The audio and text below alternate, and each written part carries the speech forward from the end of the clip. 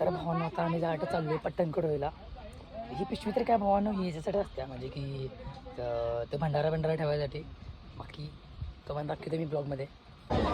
जगत आई सगळं भंडारा घेणार आहे सध्या तरी काय.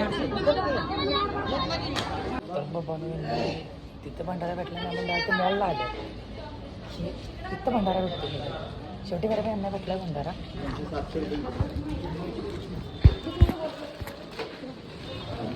अरे भाऊने मग विषय काय आला की आम्हाला ज्यासाठी आम्ही मेन आलतो ते भावा खून झाले तर आम्ही येऊन पण काय उपयोग झाला. हा पण एक विषय आहे की म्हणजे उपयोग कसा झाला की आमचं कमीत कमी दर्शन तर झालं.